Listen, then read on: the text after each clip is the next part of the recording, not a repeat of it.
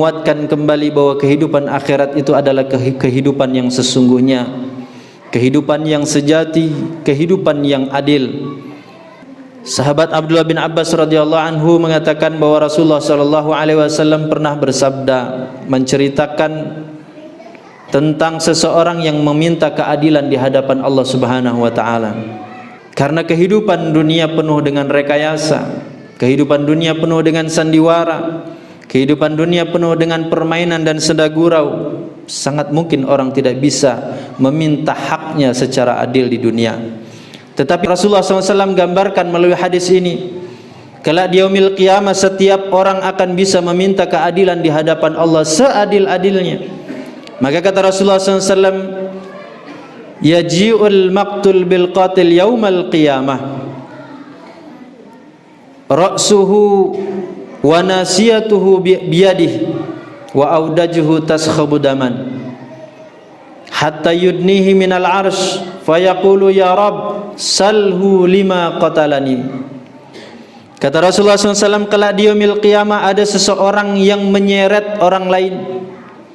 Dia seret dari ubun-ubunnya, dia seret dari kepalanya. Siapa yang menyeret dan siapa yang diseret? Yang menyeret adalah orang yang di dunia terbunuh secara zalim. Yang diseret adalah orang yang di dunia membunuh secara zalim. Diseret dari ubun-ubunnya.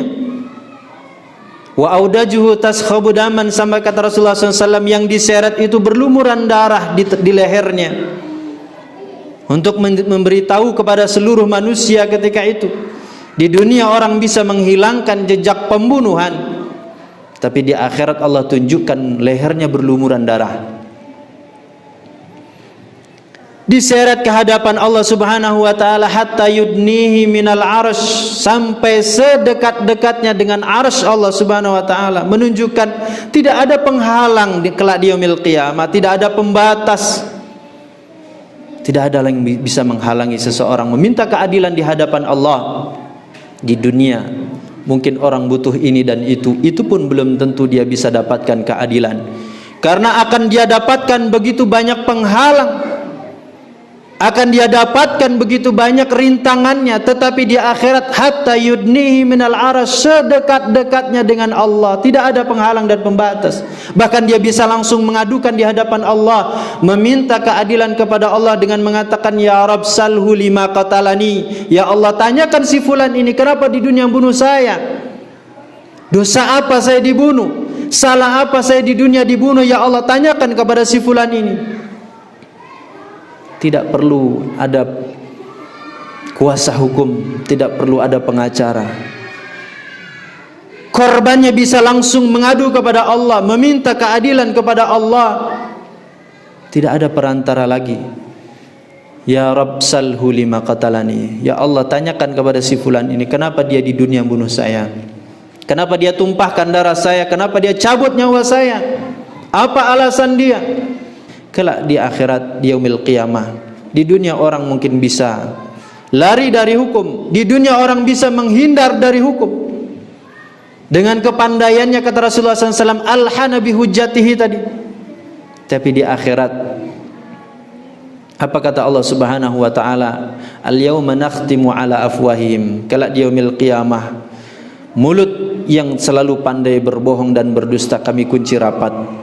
Wa tukallimuna aydihim wa tashhadu arjuluhum, tangan dia akan berbicara, kaki dia akan menjadi saksi di hadapan Allah, seluruh anggota tubuh kita akan bersaksi di hadapan Allah atas perbuatan kita. Kita bagaimana akan mengelak, bagaimana kita akan menghindar, bagaimana kita akan lari dari Allah Subhanahu wa taala, sementara tubuh kita, anggota tubuh kita seluruhnya bersaksi ke hadapan Allah, kecuali lisan kita, mulut kita akan dikunci rapat-rapat oleh Allah Subhanahu wa taala. Ketika orang di dunia membunuh secara zalim, dikatakan pembunuhan secara zalim adalah ketika pembunuhan itu di luar dari tiga yang disebutkan oleh Rasulullah SAW. Pertama kata Rasulullah, la yahillu damu imri'in muslimin illa bi ihdas salas, tidak halal ditumpahkan darah, tidak halal nyawa seorang muslim dihilangkan kecuali karena tiga, kata Rasulullah. Pertama kata Rasulullah adalah an-nafsu bin nafsi, orang membunuh secara zalim maka hukumannya juga dibunuh dengan cara kisos. Yang kedua As-sayyibuz zani, seseorang pernah menikah secara sah kemudian dia berbuat zina, maka dia harus dihukum rajam, dalam artian dihilangkan nyawanya melalui proses hukum rajam. Yang ketiga kata Rasulullah sallallahu alaihi wasallam, at-tariku lidinihi al-mufaraqatu lil jamaah, orang yang meninggalkan agamanya alias murtad. Sekalipun Rasulullah menyebutkan pembunuhan dalam Islam itu hanya ada 3, tapi dalam praktek pelaksanaan di dalam hukum Islam, dalam kitab-kitab hukum pidana Islam, apakah semudah kita membalik tangan praktek dan pelaksanaannya? Ternyata tidak. Ada proses, ada mekanisme yang panjang untuk terlaksananya 3 hukum tadi. Tidak sebagaimana kita membalik tangan. Ada proses yang panjang, ada proses yang begitu rumit. Bahkan Rasulullah SAW menyatakan dalam sebuah hadis, idra'ul hududa bisyubuhat, ada satu saja kerancuan, ketidakjelasan dalam proses hukum, maka bisa ditunda hukum pidana itu. Sekalipun Rasulullah menyatakan 3, tetapi praktek dan kenyataan tidak semudah kita membalik tangan.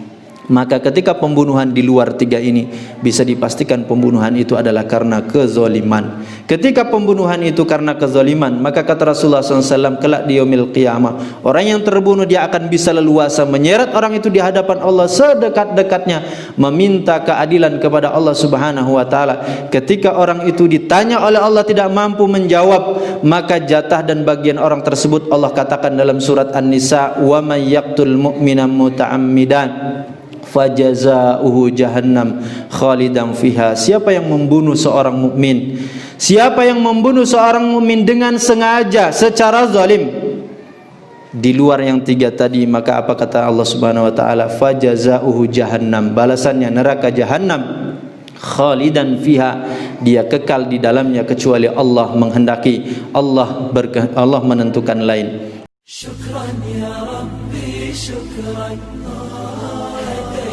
قلبي شكرا